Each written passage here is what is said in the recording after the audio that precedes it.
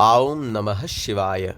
श्री शिव महापुराण शतरुद्र संहिता अध्याय 250।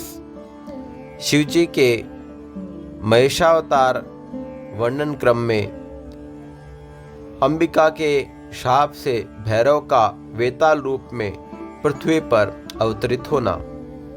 नंदीश्वर बोले, हे मुने, हे ब्रह्मपुत्र, अब शिवजी के एक और श्रेष्ठ अवतार को प्रीति पूर्वक सुनिए, जो सुनने वालों की सभी मानव कामनाएं पूर्ण करने वाला है।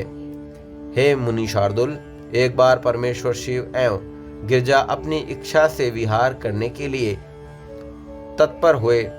भैरव को द्वारपाल के रूप में स्थापित कर वे भीतर आ गए और अनेक सखियों से प्रेम पूर्वक सेवित हो मनुष्य के समान लीला करने लगे।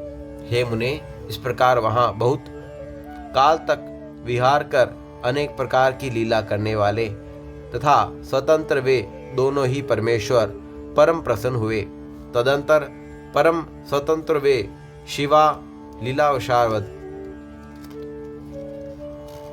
उन्मत्त वेश में शिवजी की आज्ञा से द्वार पर आई। तब वे उन देवी को साधारण नारी की दृष्टि से देखकर उस उन्मत्त रूप से भ्रमित हुए भैरव ने उन्हें बाहर जाने से रोका। हे मुने, जब भैरव ने देवी को एक सामान्य नारी की दृष्टि से देखा, तब देवी शिवा क्रोधित हो गई और उन अंबिका ने उन्हें शाप दिया।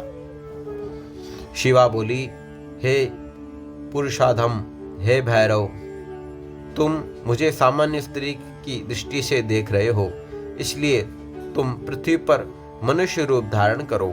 नंदीश्वर बोले, हे मुने, इस प्रकार जब पार्वती ने भैरव को शाप दे दिया, तब महान हाहाकार मच गया। पार्वती की इस लीला से भैरव अत्यंत दुखी हुए। हे मुनीश्वर, इसके बाद अनेक विध अनुनय विनय में प्रवीण श्री शिवजी ने शीघ्रता से वहां आकर भैरव को आश्वस्त किया। हे मुने, तब उस शाप से एवं शिवजी की इच्छा से भैरव पृथ्वी पर मनुष्य योनि में वेताल नाम से उत्पन्न हुए। उनके स्नेह से लौकिक गति का आश्रय ग्रहण कर उत्तम लीला करने वाले वे प्रभु शिवजी भी पार्वती के साथ पृथ्वी पर अवतरित हुए। हे मुने, शिवजी महेश नाम से और पार्वती जी शारदा नाम से प्रसिद्ध हुई और नाना प्रकार की लीलाएं करने में प्रवीण वे दोनों प्रेम पूर्वक उत्तम लीला करते रहे। हे तात, इस प्रकार मैंने शिवजी के उत्तम चरित्र का वर्णन किया, जो धन, यश, आयु तथा सभी कामनाओं का फल प्रदान करने वाला है। जो मनुष्य सावधान चित्त होकर भक्ति पूर्वक इसे सुनता है अथवा सुनाता है, वह इस लोक में संपूर्ण भोगों को भोग कर अंत में मुक्ति को प्राप्त कर लेता है। ओम नमः शिवाय।